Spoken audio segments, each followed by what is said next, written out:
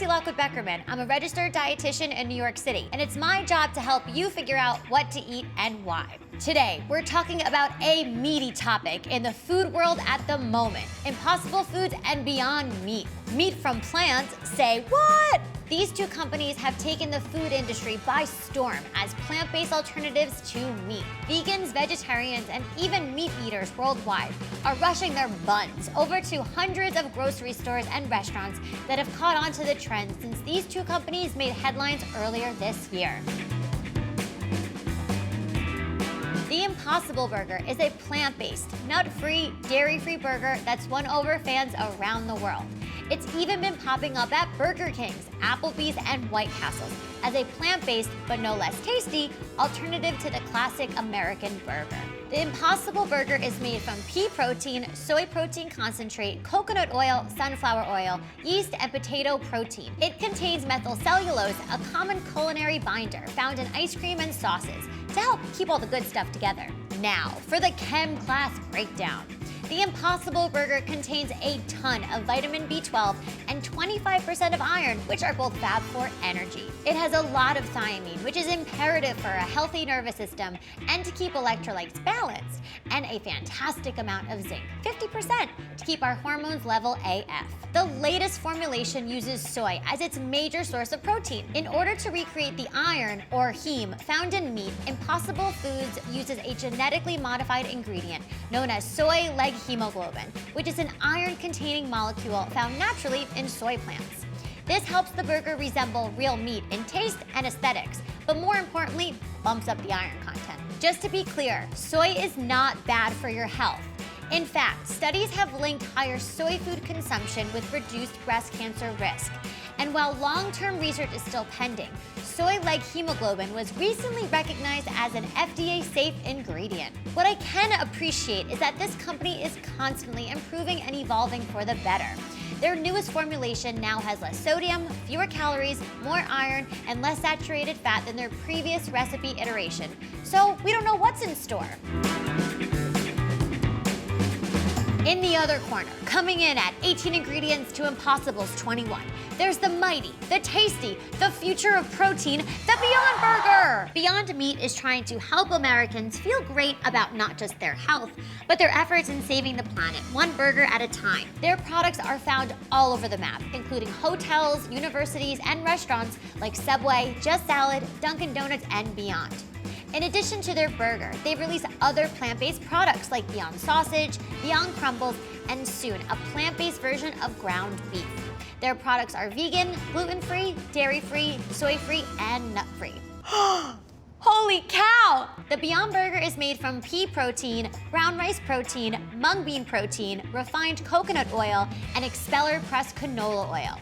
It also contains methylcellulose, that ingredient I told you that keeps everything together.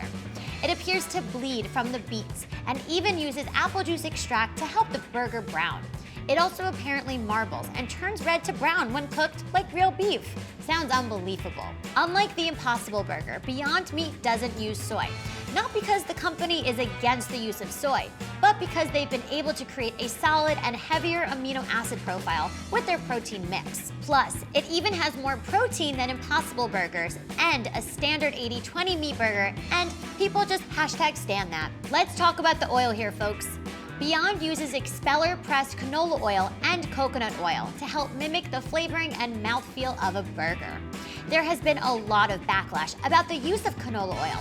However, the EPA says that canola oil's nutrient profile is just as similar to other vegetable oils used in food. In fact, expeller pressed oils undergo less processing, so they tend to be higher in nutrients and antioxidants. As for a coconut oil, saturated fat is just saturated fat, and we'll get to that in a sec. On to what's at stake. A plain old beef burger clocks in with the highest amount of total fat, then Beyond Meat, and then finally the Impossible Burger. Where things get kind of fuzzy is the type of fat incorporated into the burgers. The Beyond Burger has the least amount of saturated fat in comparison to both the regular and Impossible Burger, but it's not by a landslide. In fact, all 3 burger choices are relatively high in the saturated fat category. Remember that high amounts of saturated fat, no matter if it comes from meat or coconut oil, behave similarly in the body and can be associated with health risks. The American Heart Association recommends replacing saturated fat, like coconut oil, with unsaturated fat, like olive or canola oil, in the diet. Both Beyond and Impossible Burgers have more sodium than the regular burgers, but keep in mind they're pre-seasoned. Where we really need to watch our sodium overall is in the foods we pair our burgers with, like the buns, the sauces, and the condiments. In general, we consume too much salt as a nation, bumping up the odds for stroke, high blood pressure, and heart disease. No need to get salty about it, it's just the truth. As for protein, all are excellent sources of protein actually, and stack up pretty closely. However, Beyond Burger pulls ahead by 1 gram, and that deserves a patty on the back. There is actually more iron, double the amount, in both the alt burgers than in regular meat. It's important to note that the iron in the regular burger is more readily available to absorb in the body than the plant-based iron in the alt burgers. That being said, pair some vitamin C with the alt burgers. Did someone say juicy tomato?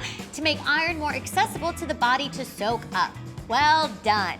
The regular burger is the only patty at fault for even having cholesterol, since cholesterol only comes from animal products. Let's review the pop quiz. Are both the Impossible Burger and the Beyond Burger processed? Yes. Are plant-based alternatives in general healthier than red meat? Probably. Should you eat these burgers every day? No.